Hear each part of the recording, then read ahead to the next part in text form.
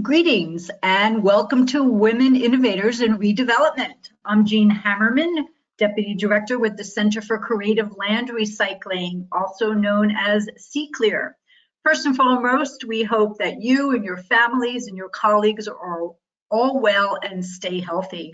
We organized this webinar to put a spotlight on two women developers who are at different stages of their careers, who came into the industry at different times and for different reasons and have faced different challenges. You'll soon be hearing from Mary Hashem and Shannon Morgan.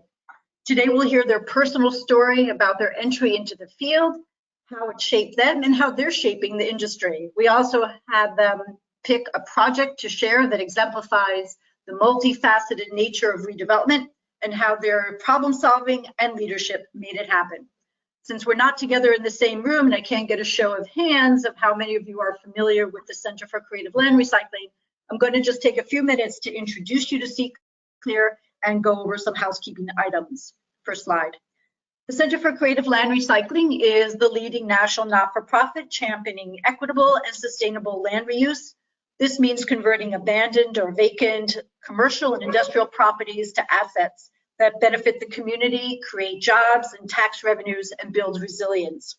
We support transformations by educating and convening communities and government agencies and the private sector to create optimal conditions for reinvestment.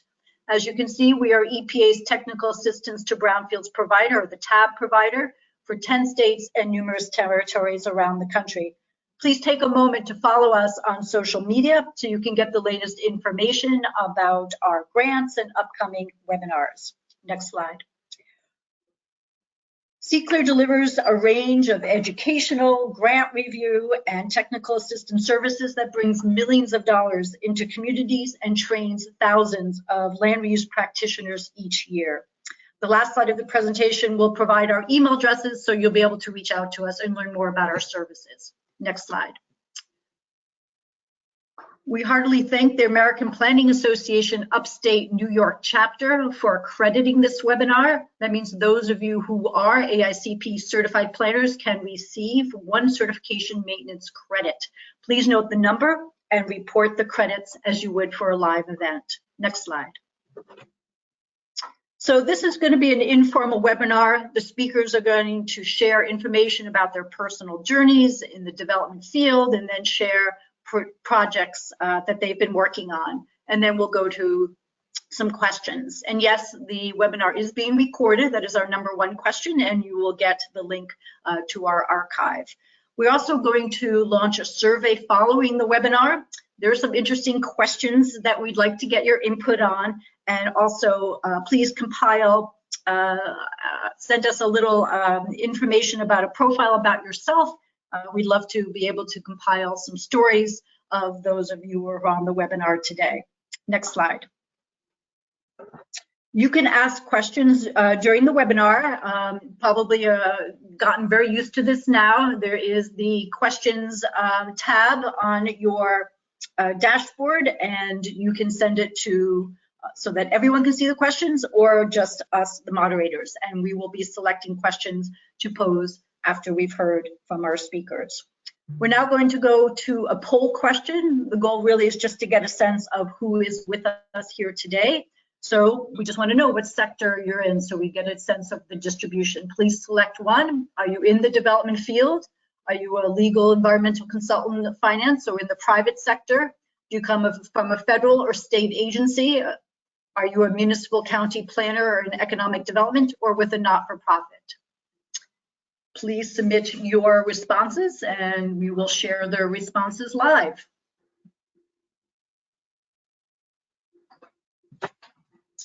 I can't see them.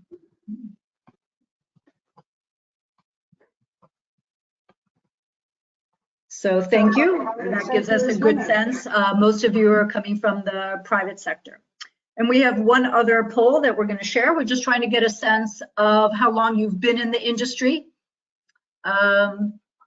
So we've created the categories. Are you new? Are you emerging professional, just with 0 to 5 years experience, 5 to 10, 10 to 20, or more than 20 years?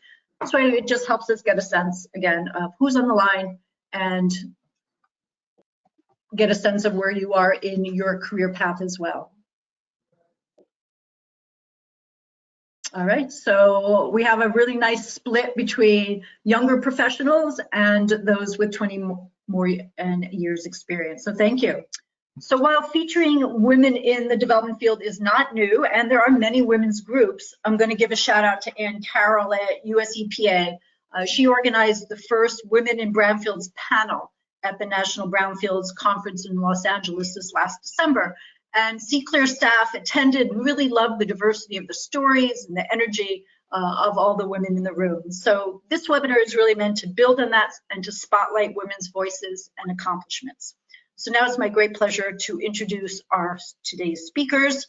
First, Mary Hashem. She is the co-founder of Resolutions, a women-owned real estate advisory and development company specializing in environmental distress properties.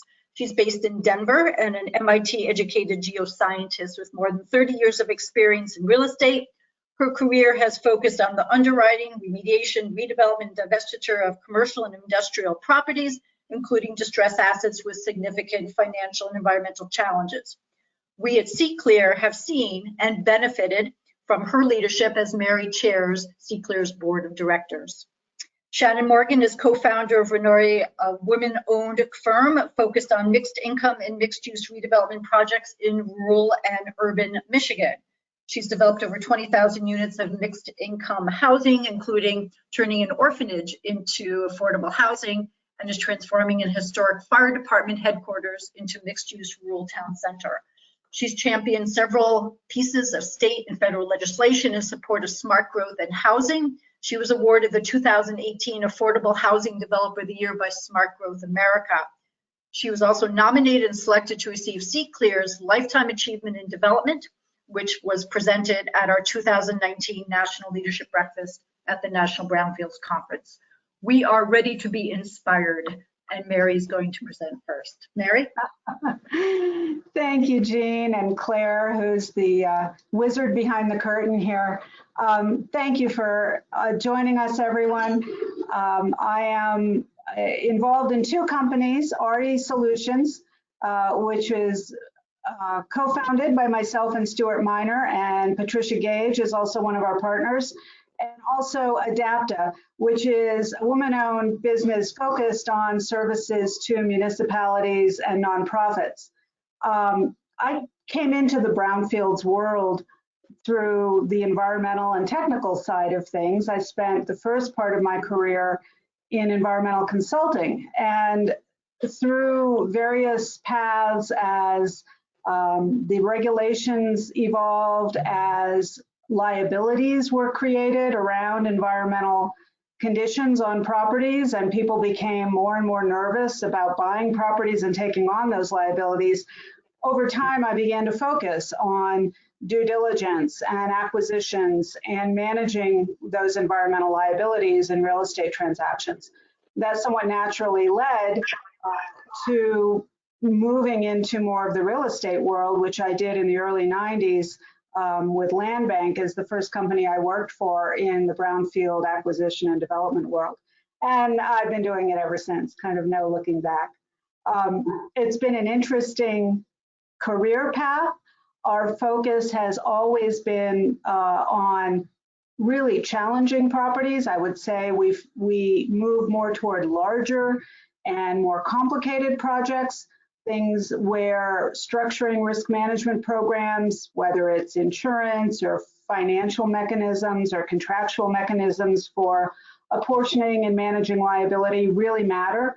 And we've over time moved from simply managing out the environmental issues to doing more of the horizontal development, entitlement, re-entitlement, and preparing properties for others to develop, to the last few years where with RE Solutions, we're actually doing vertical development as well and staying in the projects longer. So it's been an interesting evolution for us and for me personally, from more of a technical role in others' projects to being a principal in really land development and environmental management, to being part of a more fully functional real estate development company here with RE Solutions, which is my second company that I founded, and my partner Stuart Miner's third, not counting Adapta. So that's my story. I entered the brownfields world. I entered the environmental world in the early 80s through environmental consulting. And it was a very interesting time in my, at MIT where I went, the male-female ratio was about 40-1. So I came up through a very male-dominated industry, through my education, through my early career, and it probably has lent a certain perspective on my part to how I go about tackling projects and challenges. But I suspect that, Shannon, I think you've probably had a somewhat different experience. We are of a different generation, maybe not a lot of years between us, but enough that I suspect that you weren't the only woman in the room for part of your career, which was certainly my experience. Can you tell us a little bit about your background? Absolutely. First of all, I just want to thank CCLR for having me. What an amazing opportunity and an amazing group of women. So I'm very excited to be here today. Much like Mary, I would say yes, I grew up very young in the development world. In fact, I started where my family owned a local real estate office, but became very enthralled in the development world, and worked for one of Michigan's largest urban developers while still going to college. And I think that really starts my story. At that time, as my career escalated, our middle management to upper management was all male. So I oftentimes, I would say for the first 10 of my 25-year career, would have been the only woman in the room as well. And I think there's a lot of tips and tools. I do think the environment now is much different. Little bit about myself. As Jean had stated, I work for the largest privately held development company in Michigan, Crosswinds Communities. We really were centered on doing missing middle housing. So we looked at tough pieces of land. We worked in urban cores. We had a footprint. We expanded to 9 different states. We were doing master plans, and that really started my career. I think, my personal story has a lot in really set the course of my career path. And I'm so excited to talk about it because these are not typical questions that we get on panels as women. So I was a single parent. I got married very young. I got divorced very young. And that is my story because I was raising 2 children, one of which was autistic. And so the way that I've always looked at housing has been a very personal story because where I lived, my community, my neighborhood, the amenities were there, and the housing options really reflected everything that was important to me and my family. Environmental concerns, schooling, social amenities. They were very personal to me. And I think that that's really reflected in the projects I do. People will say oftentimes I tend to be extremely passionate, but I'm passionate in creating really amazing places that transform communities and offer opportunities to different populations that don't exist. And that really, I think, with each project that I do and with my partner as well, is something that we look to really niche out and reflect. And we've done a large variety of projects, from new urbanism to specialized housing to veterans housing to housing for the homeless. And what we have to remember is projects mean different things to different community. There isn't a one-stop service for all of that. In that, moving from the development realm, it goes hand in hand with policy. So, as a developer, I've been very, very much ingrained into policy because we need good policy to be able to complete really successful development. I think you're absolutely right, Shannon. And I love the passion and sort of the personal experience that you bring to this. It seems like that background really has led you to focus on housing and affordable housing and bringing those amenities to communities. Can you tell us about some of your projects and Absolutely. where that came from? Absolutely. I'm going to go through this. And so just a little bit about us. A year and a half ago, I partnered and started my own company after 17 years with Crosswinds and Home Renewal Systems with my amazing partner. I mean, this is really about teamwork. Jill Ferrari, who was the former community development director of Wayne County. We did a lot of work together through the neighborhood stabilization program. And so we share the same vision. Jill is just a technical expert. She is a former practicing attorney in environmental law. She's done a lot of work in the brownfield realm. And we started Renovare that was focused on opportunity zones. We are a certified opportunity zone business. And as I said, our projects really require intense collaboration with public-private partners, and we focus on transformational projects that really solve community needs. We can move to the next slide.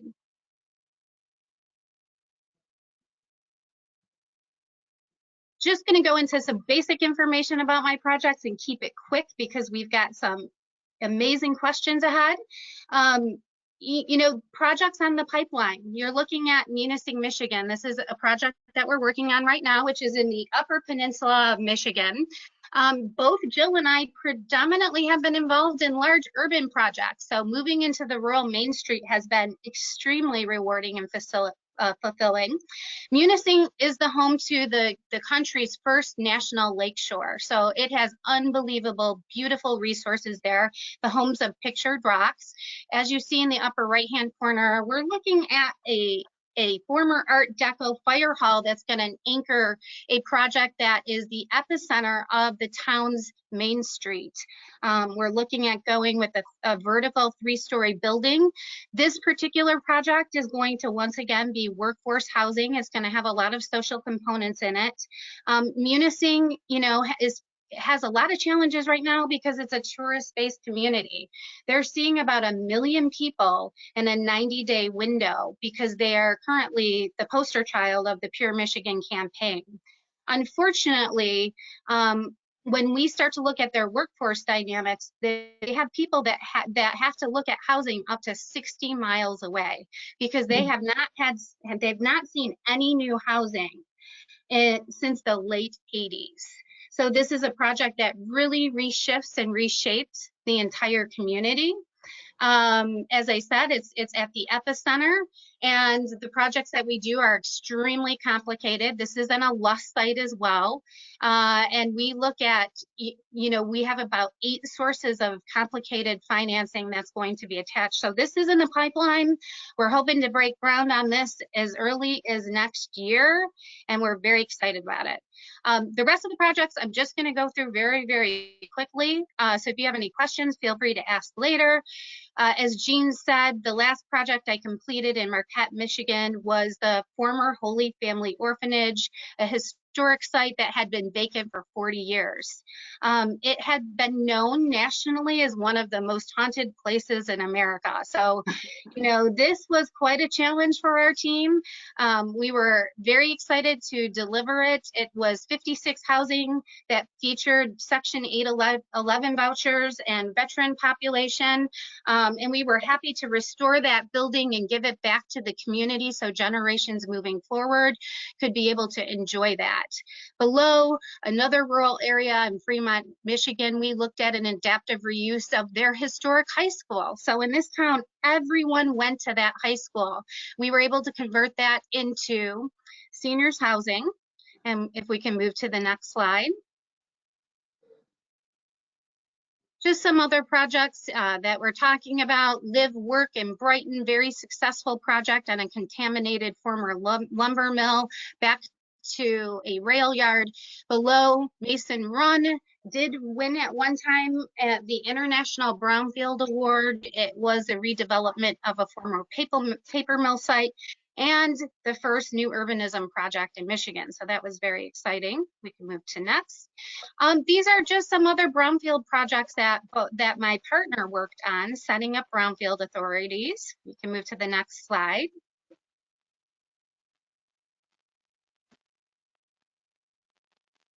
Same thing, she entitled the, large area of Las Vegas, brought in the gaming district, worked on additional landfill sites. We can move to the next. What our company does is we put together very challenging projects, just as Mary said. Our projects can see all different types of sources of equity. We have complicated brownfield TIFs. We look at special assessment districts. Obviously, LIHTC, we often could see in one project somewhere in a capital stack of 8 or 9 different pieces of financing. The other thing, that we're looking at right now, most especially going back to municing, and I think we have some friends on the line from our state land bank here in Michigan, is using TIF for affordable housing. So something we're really looking to explore in the future that we're excited about. And that kind of gives you an big picture of Renovare. We have 5 projects in the pipeline. We're really looking at those rural, urban Main Street corridors. We're looking at community needs. We usually bring in large groups of public partners. And we look at projects that are really going to give back to generations of communities. Thank you, Shannon. Those were wonderful examples. Now I'd love to hear from Mary, if you could share some information about projects that stand out for you and ones that were important milestones for you professionally.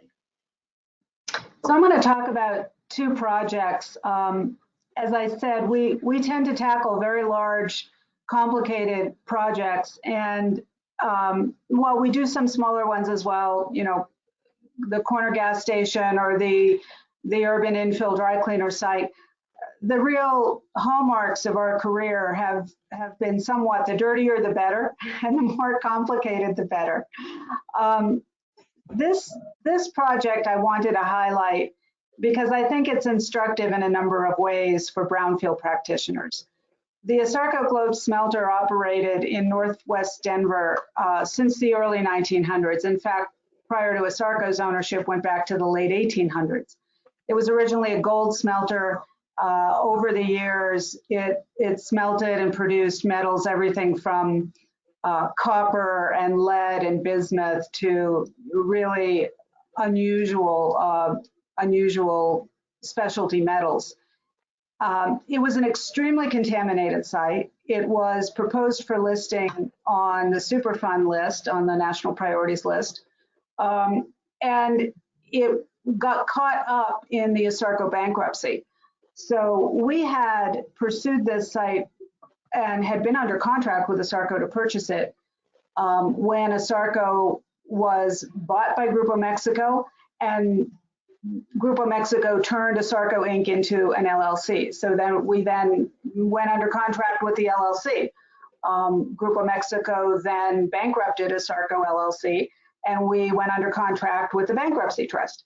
And it is not unusual, particularly for these large industrial-owned sites, to go through multiple permutations like that. They are surplus real estate that is subject to bankruptcy, that is subject to corporate transitions, purchases, acquisitions, divestitures of various sorts. And the history on this, while perhaps more unusual than most, nonetheless shows the kinds of complications that the large brownfield sites can have. I worked on this personally for about 14 years.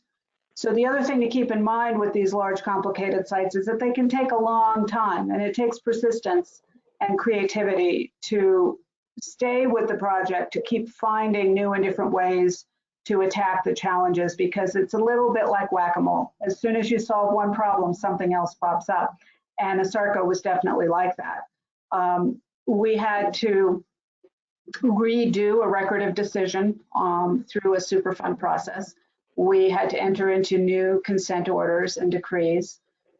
We had to, at one point, participate in getting the federal guidelines for how to deal with PCBs and demolition waste modified, because these buildings were painted with a PCB containing paint, which the original EPA determination had been that if the paint left any PCBs behind on the underlying brick or concrete, that was considered a release, a spill of PCBs.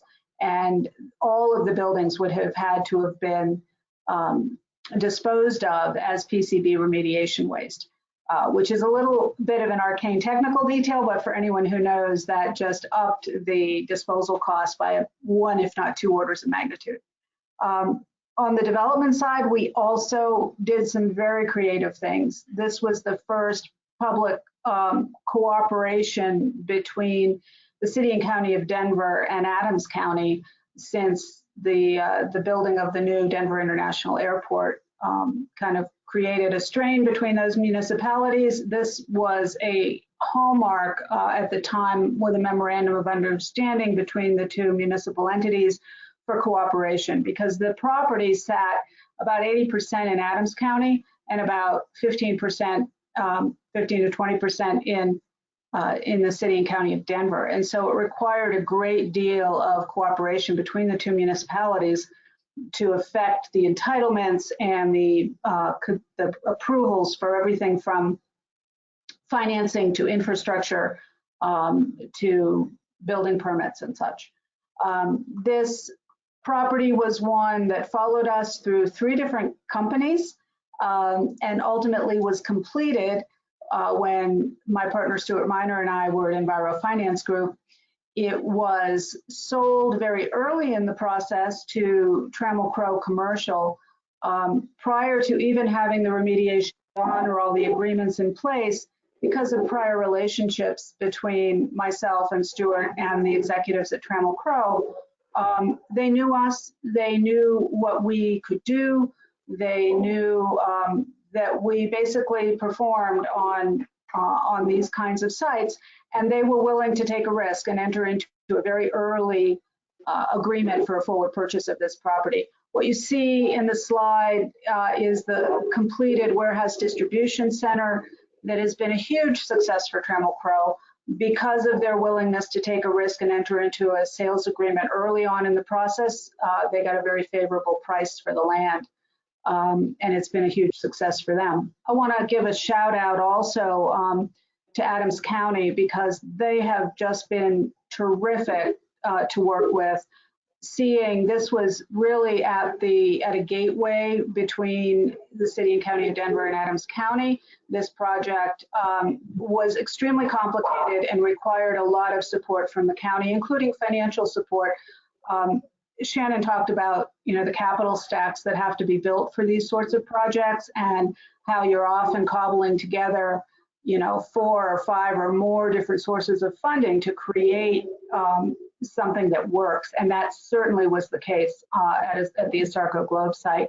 And one of the key pieces, well, 2 key pieces of funding that had to fall into place. The first was through HUD, and that the entire county of Adams County all the municipalities had to agree to allocate their CDBG funds as backup collateral for a $10 million HUD 108 loan.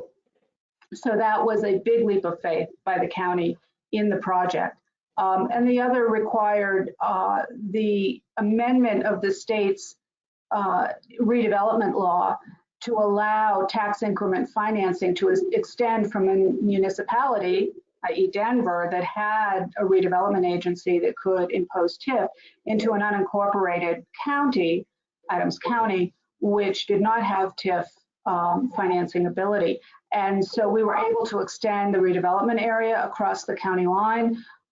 Through the cooperation between Adams County and the City of Denver, we were able to establish both metropolitan districts, special taxing districts, as well as bring TIF to this project. Without both of those things, this project would not have happened.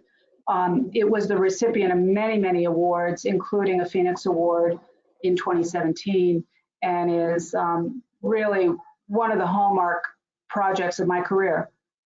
Next slide, please, Claire.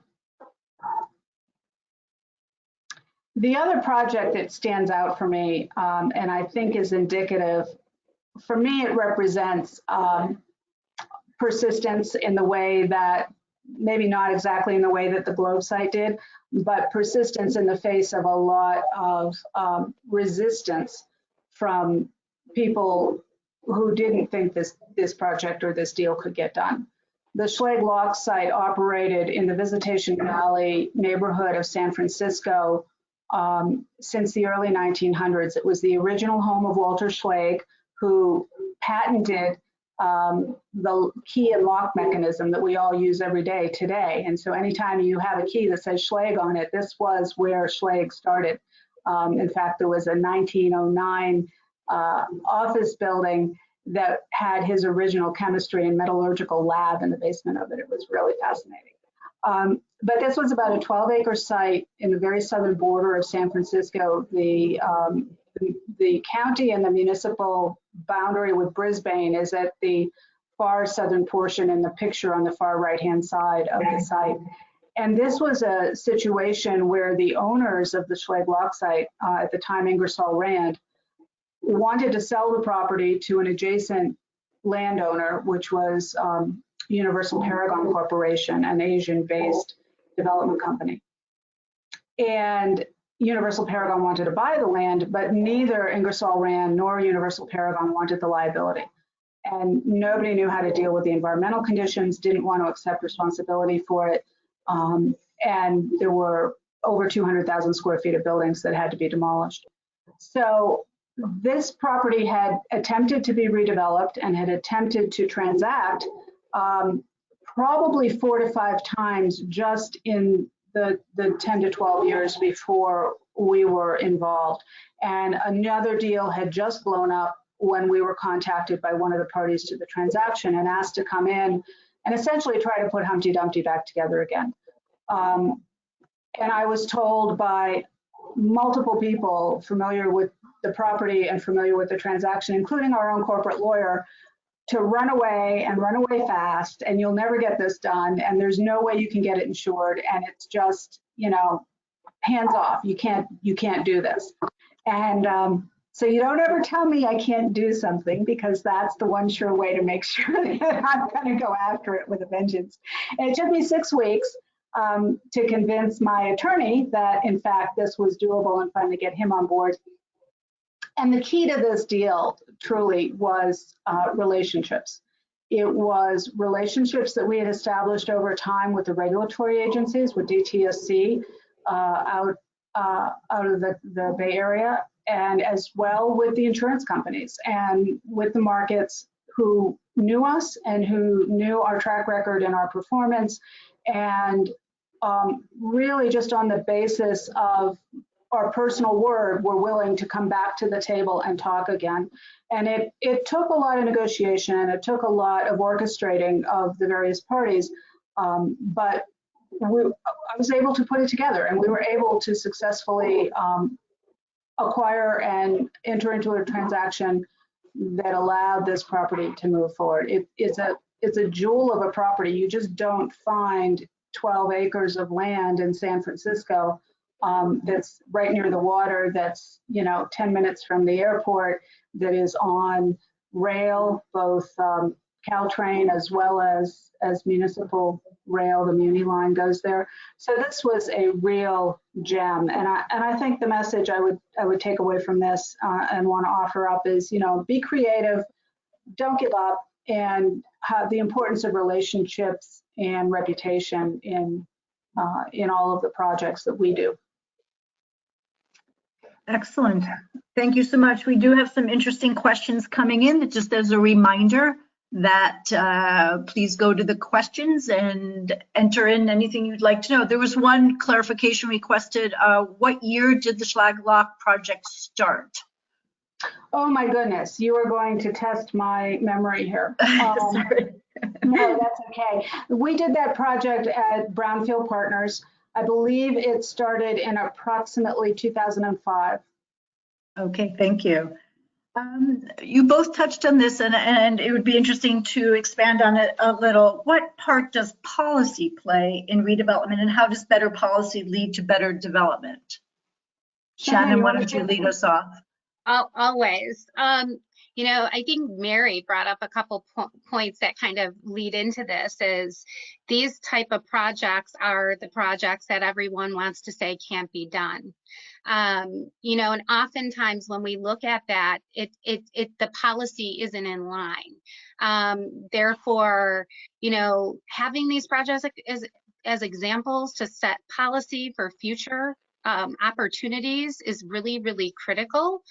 Bringing developers to the table, bringing consultants to the table with the boots on the ground experience is key. You know, and obviously working with municipals that in a partnership. So, you know, starting to look at planning, starting to look at just the connection between local, regional, and federal makes all the difference in the world for the project. Because if you have to layer in going in and, you know, starting all new zoning, when you look at most of the most successful projects that are out there, a lot of the planning initiatives are illegal. So that's a whole nother layer of complexity in these projects, beyond just getting through the difficulties of putting the packages together, getting the remediations done, you know, starting to look at financing, getting the development done. And we need more folks to tell their stories so we can change policy for future generations. I think that's really critical. I agree, Shannon. I think you've highlighted the municipal zoning land use policies that, you know, there's such a patchwork of land use policies across the country, and even with, you know, within states from municipality to municipality, ones that allow for flexibility, allow for some creativity on sites in recognition of the impacts on brownfields in particular. I mean, you have to be able to create enough value in the land to support the acquisition price, the cleanup cost, the insurance, the extended timeline, you know, time is money, and the carry costs for the extended time frame of these sites all have to be supported financially. Municipalities have a strong seat at that table to be able to help either through density allowances or reduced fees or various mechanisms that really relate to very local policy that can help support brownfield deals. And I'm curious, Mary, how many projects have you sat at the table where, you know, you're with a municipal team and that conversation started out with, you can't do that. You can do that really, you know, often aligns with proper policy as well. And it's not uncommon for us. I would say more often than not, when we're at a project, the conversation starts out with, you can't do that, or we don't have that policy aligned. The type of projects we probably saw today are projects that started off with, absolutely, you can't do that. No, and it's something to think about. Right. Yeah, no, we see it all the time. And what typically happens for us, the Phoenix Award was very well named. We often call these Phoenix projects because we can track over time interactions with a municipality where it starts with them thinking this is a prime piece of land and everybody's going to want it, and we're going to be able to dictate not just what's market feasible here, but really a level or two above that, because we want a first-class project. And so we're going to hold out for the developer who's going to come to us with the plans for exactly what we want to see here, not necessarily what's financially feasible. And those meetings typically go from, you know, the first meeting where you can't do that, we won't allow you to do that, we're not going to rezone, or we're going to not allow particular uses on this site. And often it takes, you know, it takes months, it takes years sometimes to go through the iterations of attempted and failed developments that attempt, you know, to give a municipality the dream versus what's feasible. Now, the municipalities who are smart and really want to create change in their communities will understand that financial gap and will help support it. And so it goes from, no, you can't do that, to, well, we don't want you to do that. We'd rather you do this. And here's how we're going to help you do this. And, you know, it can go both ways. It can be policy change to accommodate what a developer wants and needs, or it can be working in partnership with the developer to help achieve what the community wants, as long as the recognition that there has to be financial support to the deal is there. So lots of questions are coming in. A good one from Aaliyah. What steps do you take to forge strong relationships with potential clients, municipalities, and regulators? Thinking about sort of the pillars of better responsible development within that framework. Talk a little about the relationships. Shannon, go for it. Yes. I mean, to me, this is absolutely critical to my career and what we do. I think, you know, relationships are everything.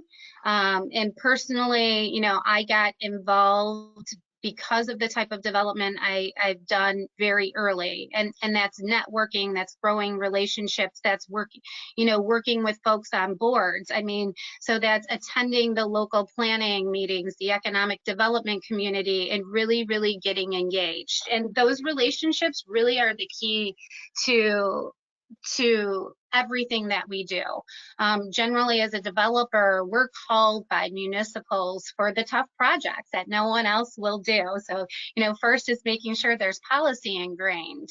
But I would encourage anyone, the more you're involved in other groups, and I sit on probably a half a dozen boards, not only at the state level, federally. I'm on the board for Smart Growth America. I'm on the board for our local economic development corporation. I'm on, you know, local government group boards.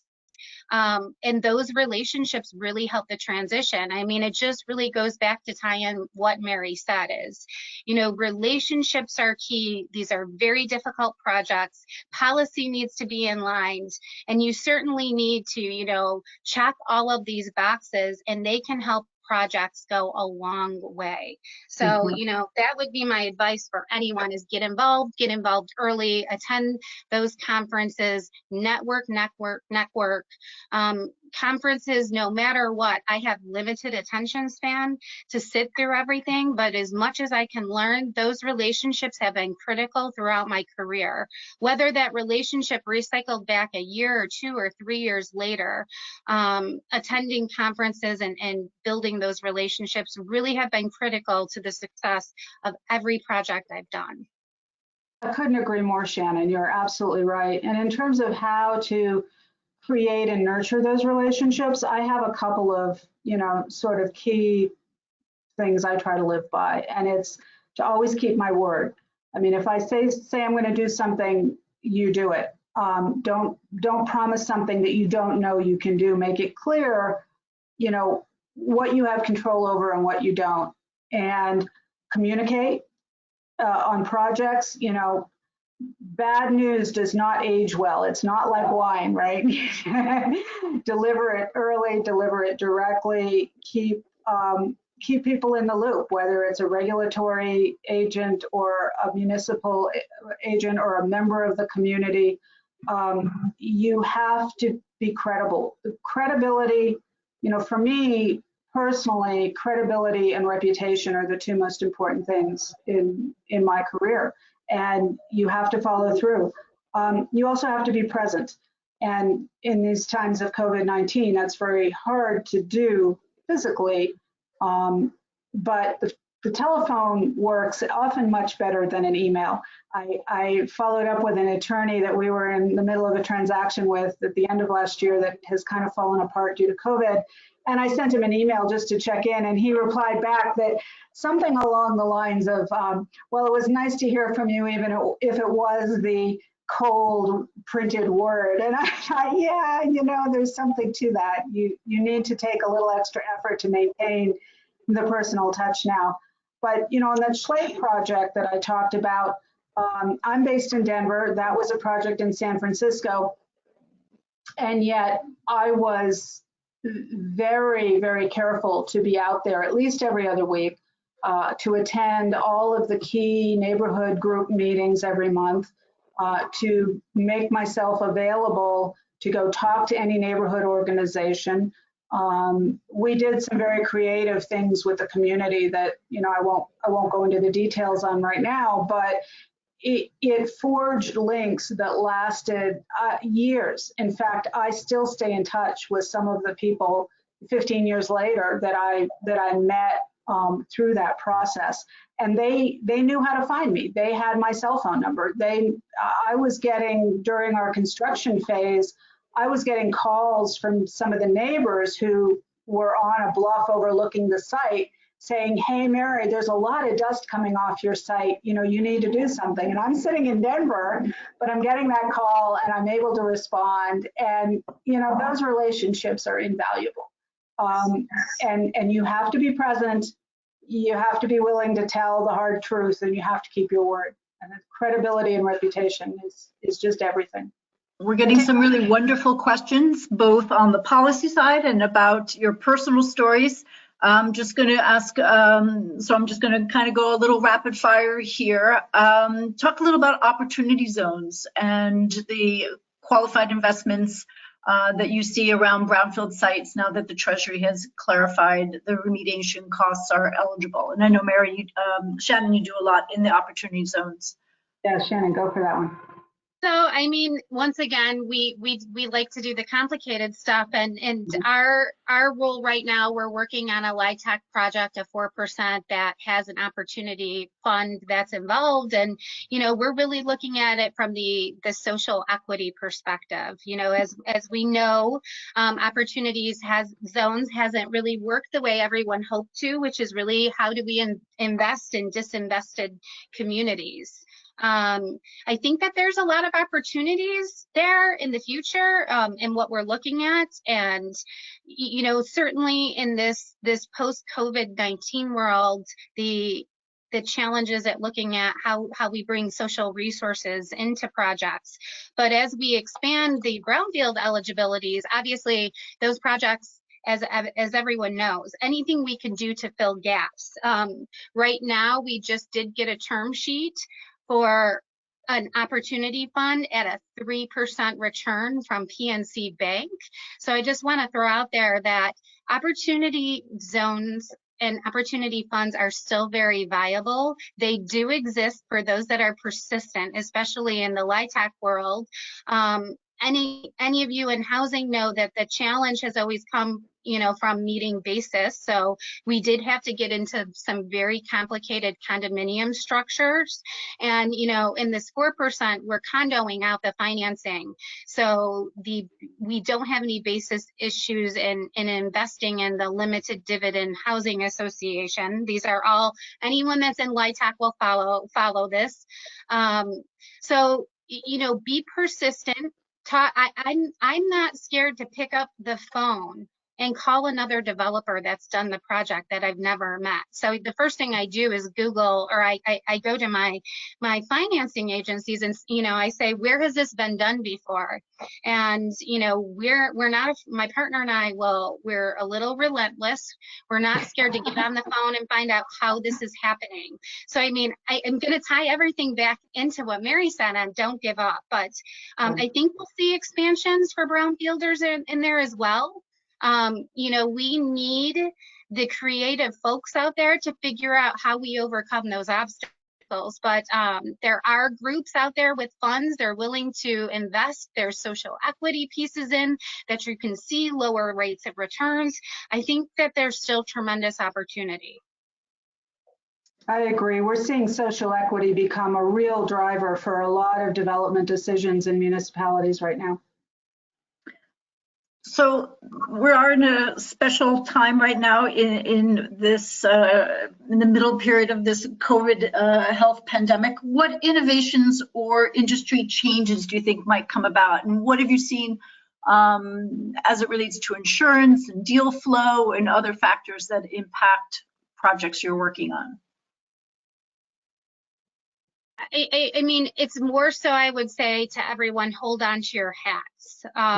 You know, I did a lot of work in neighborhood stabilization, you know, coming from the housing sector during the last crash. knowing that regardless of what happens from either side of the political aisle, we're going to see a huge injection beyond even the HEROES Act, just with what's on the forefront of infrastructure. So, I mean, we're going to see injections coming into our municipalities, whether, you know, it come through CDBG or home or infrastructure funding. They're going to be impacting shovel-ready projects. I think we're going to see policy change across the board. And that's going to impact how we do projects. I mean, I think that how we look at COVID's impacted our entire dynamic, from technology to health and programming and the needs for transportation. You know, really looking at small businesses, looking at, you know, a lot of these facts that folks in our industries have been very vocal. I think we're going to see those shifts when we get beyond the partisan fighting, and they're coming now. So, you know, I did see that this group, we've got a lot of municipal folks. I think, you know, from a municipal perspective, we have some challenges because we've got people in the trenches really fighting, you know, just to get through this crisis. And yet after that, whenever we see any type of stimulus money coming in, my experience with it is that it always comes in fast and there isn't a lot of time to think it out. So, you know, we need folks that are very vocal in policy to be at the forefront, where we can talk about the importance of our environment, the importance of housing, the importance in tools that really bring needs, especially after what we faced in COVID moving forward. And I think that it's going to grow tremendously. I think you're right, Shannon, especially on the infrastructure front. What we're seeing is, I don't want to say hold necessarily, but delays in a number of our projects. There's a high degree of uncertainty for product types other than housing and to a certain extent medical facilities. But I think there's a lot of questions out there that I don't have a good crystal ball on. What is office going to look like in the future? I think there's always been a high demand for officing from home. Some industries where it's feasible have been more or less reluctant to do that in the past. I think this has changed a lot of people's attitudes about how to work remotely. So I think the office environment is going to look different. Retail is certainly going to look different. Hospitality, whether you're talking hotels or restaurants, are definitely going to look different. Some of that's going to be operational, but some of it is going to be in the built environment as well. And there's going to be a lot of environmental changes, environmental and, you know, nature environmental, but also just in the built environment that we're going to see. I don't think life's going to look quite the way it did when we come back from this, but how long those changes are going to last, I don't have that crystal ball. I think the one certainty right now is uncertainty. I think I'd add to that too, because I just did an interesting panel on disruptors. Mm-hmm. And I would say COVID is the unexpected disruptor of our generation. Mm-hmm. And while we don't have the answers to all of that, I think, you know, how we look at planning and development could be on a complete shift because of it. Absolutely. And, you know, for so long, and ULI and major conferences have been talking about disruptors and the Black Swan event. And so many times the disruptors have been technology, right? People have called up technology as disruptors, you know, electric vehicles or advances in computing, or, you know, and only in some of the Black Swan event discussions have anything remotely like this coronavirus been discussed that has impacted every facet of our lives. So not just the financial markets, but literally every facet of our lives. Talking about a disruptor, what advice would you give to a graduate student looking to get into development during this economic downturn? And what ideas do you have for emerging professionals in the field at this time? Well, I'll start and say network like crazy. I got some very good advice early in my life that said, you know, basically follow your joy, you know, follow what you love to do, because you really can't control any outside influences. So find what you love and do that. But in doing it, reach out to other people. Absolutely every major step in my career from the time I graduated college has been because of someone I knew. And you know, I don't know if I'm unique or what the odds are out there, but who you know really matters. So I think you will find, particularly in the brownfields world, the development world in general, but especially in brownfields, people are extremely open to collaboration and to networking and support. Don't be afraid to pick up the phone and call somebody and have a conversation. And I think a lot depends on where you are and exactly what you want to do.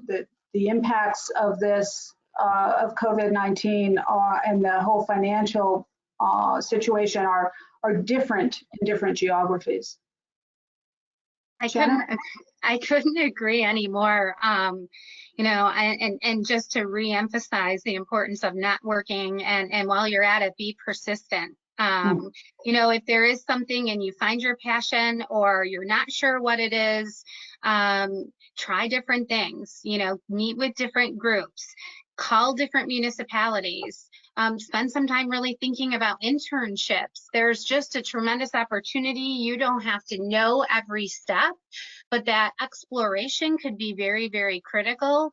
But I mean, I'm going to share exactly what Mary said, in that, you know, everything early on in my career was centered around the people that gave me guidance. I had absolutely amazing mentors, and I wasn't scared to call, you know, a professor on the other side of the country. And I think I shocked them. They're thinking, who the hell is this person calling me?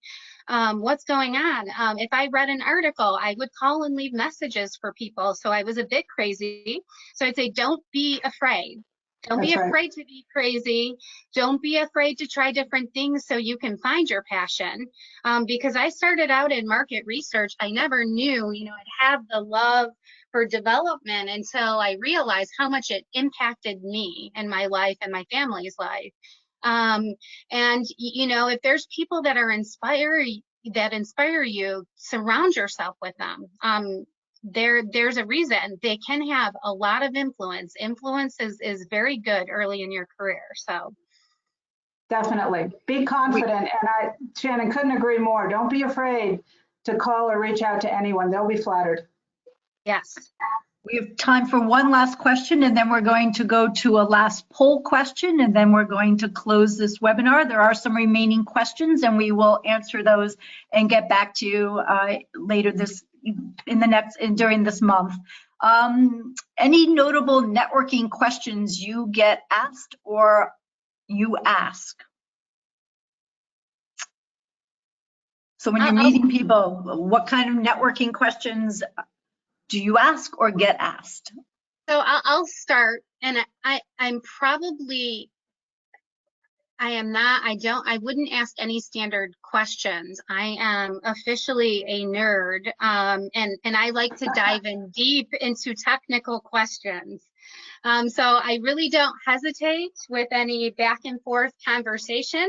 I dig right into technical questions with folks, and get into the weeds. How are they what's their stance on policy? What was their challenge in a particular project? I kind of go for the jugular and controversy to ask the things that are really relevant. How did you figure out financing this piece? Usually just all really two things, either policy related or development related. And I'm not ever scared to ask that question or the tough questions. And oftentimes, you know, I'll get the response. Sometimes I get a little bit of shock on the other end. So, I mean, the people that know me that are on this webinar are laughing right now because they know I don't hesitate to ask whatever's on my mind. Yeah. I tend to be fairly blunt in the questions too. I've not hesitated to ask some developers so, you know, where'd your financing come from for that? Or what did that cost? And how did you put that team together? And, Yeah, what were the decision points? I tend to dive down into the nitty gritty of what people are doing and how they're doing it, and looking for sort of best practices or ideas that I can apply in my own work. In terms of the questions I get asked, from younger folks who are starting in their careers, it tends to be a lot of, how did I decide on what I wanted to do, or what industry, or what area that I wanted to work in, and just asking for advice often, sometimes personal advice in terms of their career. So it's all over the board, but I would say, anything's fair game. I don't ever hesitate to ask a question. The worst that can happen is someone says, I'm not at liberty to answer that, or I don't really think that that's an appropriate question. And it's like, okay, fine. You can always say no. Well, this has really been fascinating. We have gotten questioned about whether this has been recorded. It is. I'm sure that people will want to watch it again for the advice and for the insights, and your personal stories were just really very inspiring. If you could all stay with us for just a couple more minutes, we'd love to launch one last poll, and then we have some last announcements to share with you. So the last poll questions we'd like to hear from you asked, in what way do you connect with women practitioners in the redevelopment field? And this one's really for the women in the audience, and please select all that apply.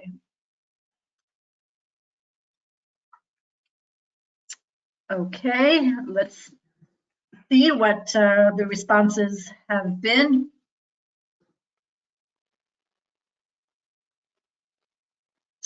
The strongest answers, though, are, I would like to find ways to build community. And it's great to see that many of you have women colleagues at your firm. So that's great.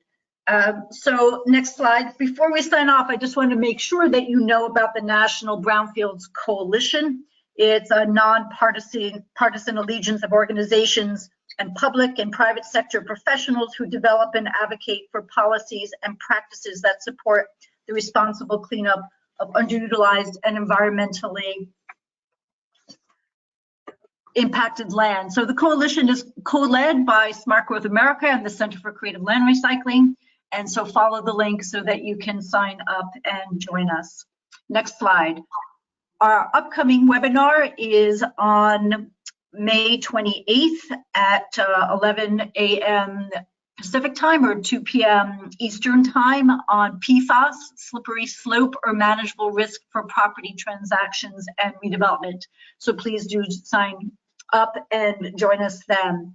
Last slide is just with our contact information. Here's our senior team. As I mentioned, we're bi-coastal. So our executive director and director of programs is based in California, and Claire and myself are here in the New York, New Jersey area. So please be in touch with us if you have any questions. Do remember to complete the survey so we can compile profiles on some of you for our newsletter, and also do take the opportunity to make a small donation so that we'd love to be able to count on you to make our services accessible to all. So with that, we will thank our two speakers for their inspiring words and great insights into project development. Thanks everyone, stay well, and hope we'll see you at our next webinar. Thanks, Jean. That was great. Thank you.